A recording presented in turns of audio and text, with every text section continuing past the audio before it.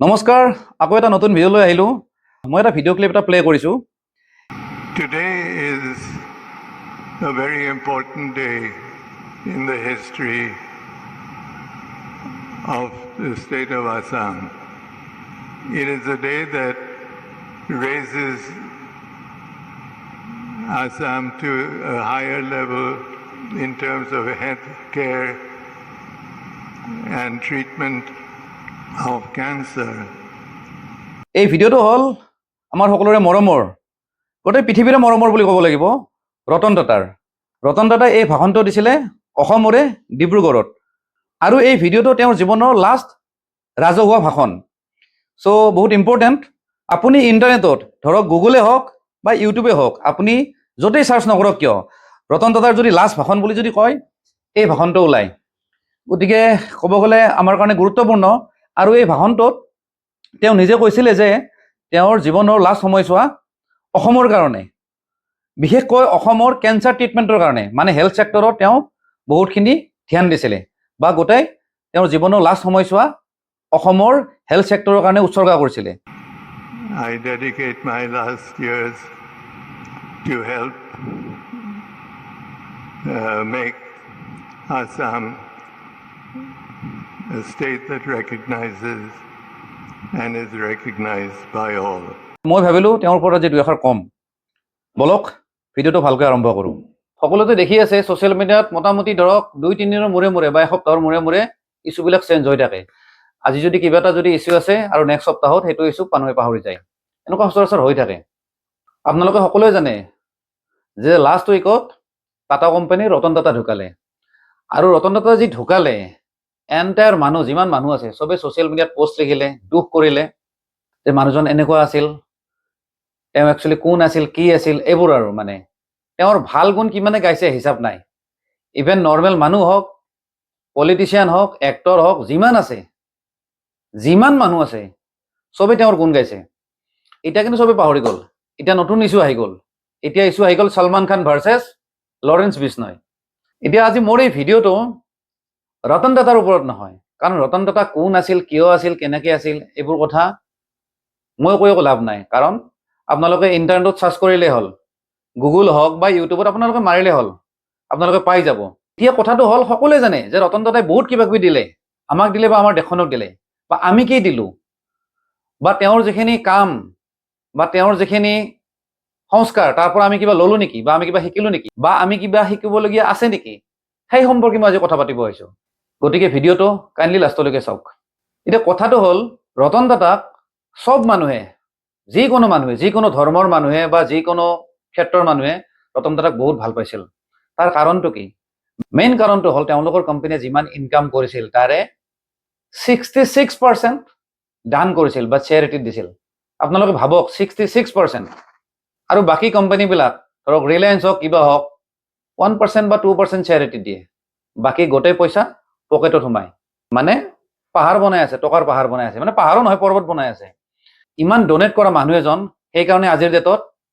421 number নে কিমান নম্বৰত আছে ধনী মানুহৰ লিষ্টত গতিকে টাটা বোলা বস্তুটো অকল আমি যদি বিজনেছ বুলি ভাবোঁ বা বিজনেছ কোম্পানী বুলি ভাবোঁ তেতিয়াহ'লে আমাৰ ভুল হ'ব টাটা এটা ক'ব গ'লে এটা শিক্ষানুষ্ঠান তাৰ পৰা শিকিবলগীয়া আমাৰ বহুত আছে আৰু মই যে ক'লোঁ 66% দিয়ে মানে আপুনি ভাবক যিমান টকা ইনকাম কৰে আকৌ দেশখনকে দিয়ে আল্টিমেটলি তেনেকৈ দি আমাৰ দেশখন গঢ়াত বহুত তেওঁৰ অৰিহণা আছে কিন্তু বাকী যিবিলাক কোম্পানী আছে এইবিলাক কোম্পানী কি হয় যি পাইছে পকেটত ভৰাইছে দেশখন ধনী হৈ গৈ আছে বেলেগ কথা সেইটো বেলেগ কথা কিন্তু মানুহৰ মাজত ডাইভাৰ্চিটি আহিছে ধনী দুখৰ যিটো ডাইভাৰ্চিটি সেইটো আহি আছে আৰু সেইকাৰণে ভাল যদি বিজনেছমেন বুলি কওঁ টাটাৰ পিছত আৰু বেলেগ মানুহ নাই বাকীবিলাক চব দগাবাজ টাটাই অলমষ্ট মানে গোটেইখিনিয়ে ক'ব গ'লে ট্ৰাষ্টত দিছিল টাটা ট্ৰাষ্টত দিছিল আৰু টাটা ট্ৰাষ্টে কি কৰে সব জাগাতে চেৰিটি দিয়ে দান দিয়ে হেল্থ ছেক্টৰত হওক এডুকেশ্যনত হওক কিবাত হওক মানে হিউমেনিটিৰ লগত জড়িত যিমান ছেক্টৰ আছে টাটাই সদায় সহায় কৰিছিলে টাটাই ইমান মানুহক সংস্থাপন দিছে ইমান মানুহক এমপ্লয়মেণ্ট দিছে ভাবক এবভ 10 lakhs 10 লাখৰ ওপৰত তেওঁলোকৰ এমপ্লয়ী আছে গোটেই অল অভাৰ মানে ৱৰ্ল্ড আৰু ইণ্টাৰেষ্টিং কথা ইণ্ডিয়াততো ঢেৰ এমপ্লয়মেণ্ট দিছে তেওঁলোকে ইভেন লণ্ডনত মানে ব্ৰিটেইনত হাইয়েষ্ট এমপ্লয়মেণ্ট দিয়া কোম্পানী তাততো ঢেৰ কোম্পানী আছে কিন্তু চবতকৈ বেছি এমপ্লয়মেণ্ট দিয়া কোম্পানী হ'ল টাটা গ্ৰুপ এই কোম্পানী বুলি ক'লে বা ধনী বুলি ক'লে ৱৰ্ল্ডৰটো সদায় ইলন মাস্কৰে কথা মনত আহে বা ইলন মাস্কে হয়, কিন্তু টাটাই যিমানখিনি দান দিছে বা চেৰিটিত দিছে এইবিলাক যদি নিদিলে হয় নহয়, আজিৰ ডেটত টাটা চবতকে ধনী মানুহ হ'ল হয়, ৱৰ্ল্ডৰ ৰিচাৰ্চ পাৰ্চন হ'লে হয়। বাকী আদানী আম্বানীৰ কথা নকওঁৱে, এইবোৰৰ যিমানখিনি টকা আছে সিমানখিনিতো টাটাই অলৰেডি দানি দি দিলে, গতিকে তেওঁলোকৰ কথা আহিয়ে নপৰে, লিষ্টতে নপৰে তেওঁলোক। আৰু টাটাৰ পৰা কিছুমান কথা শিকিবলগীয়া আছে।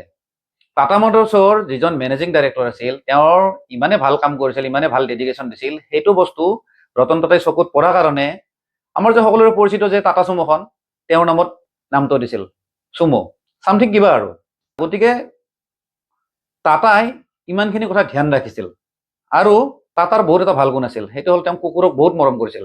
তেওঁৰ যিমানবিলাক হোটেল আছে, তাজ হোটেল বা টাটাৰ যিবিলাক হোটেল আছে, হোটেলবিলাকো চবকে অৰ্ডাৰ দিছিল যে বৰষুণত যদি কোনোবা কুকুৰে যদি তিতি আছে বা হোটেলত যদি সোমাব খুজিছে, তেতিয়াহ'লে তাক বাধা নিদিবি, ভিতৰত সোমাই লৈ আহ।